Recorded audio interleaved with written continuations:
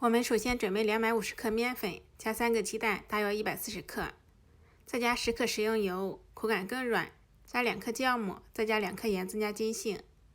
放40克白糖，先把酵母搅拌溶解，再搅拌成面絮状，用手揉成偏软的光滑面团，再放在案板上反复揉搓，大约15分钟，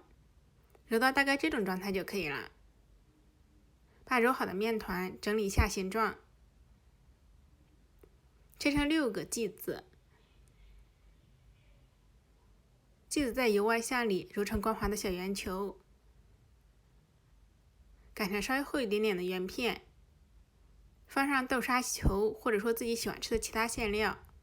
用包包子的方式进行收口，收口处捏紧，再整理下形状。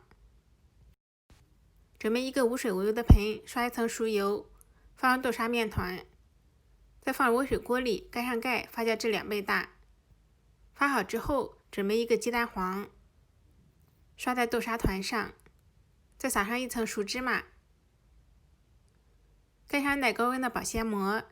冷水上锅，大火蒸40分钟，关火焖5分钟。特别简单又好吃的蒸面包就做好啦，松软香甜，简单又好吃。我是小鹅，喜欢就关注我吧。下期节目再见，谢谢您的观看。